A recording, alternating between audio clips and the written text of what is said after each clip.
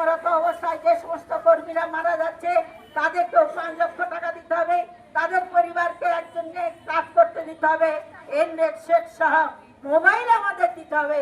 এই net set সহ mobile যতক্ষণ না আমরা পাচ্ছি ততক্ষণ কিন্তু আমরা ইকেআইসি কাজ করতে পারবো না।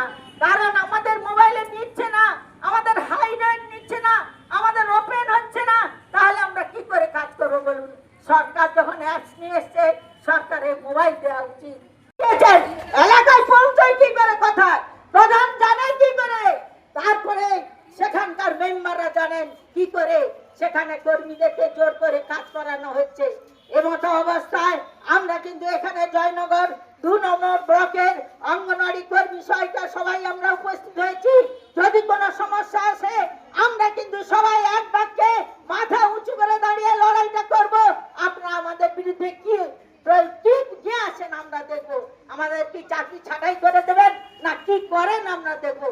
আজকে সারা রাজ্যের দিকে তাকিয়ে দেখুন কিভাবে 26,000 শিক্ষককে এই সরকার বাতিল করে দিয়েছে। তাদের দিকে তাকিয়ে দেখুন, তাদের পরিবারের দিকে তাকিয়ে দেখুন, তাদের কান্নার রোল এক এক করে কিন্তু সবই আসছে, উত্তর যেভাবে আসছে।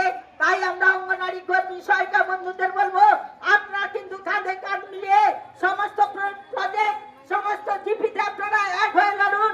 আপনাদের বিরুদ্ধে কেউ কথা বলতে পারবেন না।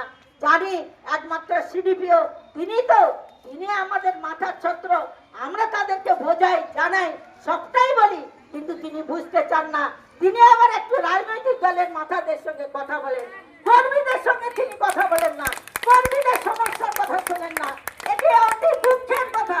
আমরা আগে জানতাম, আগে সিডিপিও মহাশয়রা বলতেন যে আমাদের কর্মীদের জন্য তিনি সিডিপিও হয়েছেন, সুপারভাইজাররা দিদিরা বলতেন এই কর্মীদের জন্য তারা সুপারভাইজার হয়েছে, তাদের সমস্যাগুলো আগে দেখবেন তারপরে তো।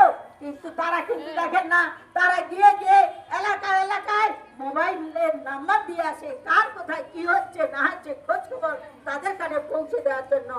তবু বন্ধু যে যাই করুক না কেন আমরা আমাদের দাবিগুলো হচ্ছে আমাদের ন্যূনতম মজুরি দিতে হবে, 26,000 টাকা স্থায়ীকরণ করতে হবে। এই বলেই আমার এই ছোট্ট বক্তব্য এখানে শেষ করছি। বন্ধু আপনারা সবাই এক হয়ে লড়বেন, একদিকে আপনাদের কেউ মাথা নোয়াতে পারবেন না, আপনার মাথা উঁচু করে থাকুন। West Bengal anganwadi workers and helpers ইউনিয়নের পক্ষ থেকে আপনাদের কাছে আবেদন করে যাচ্ছি।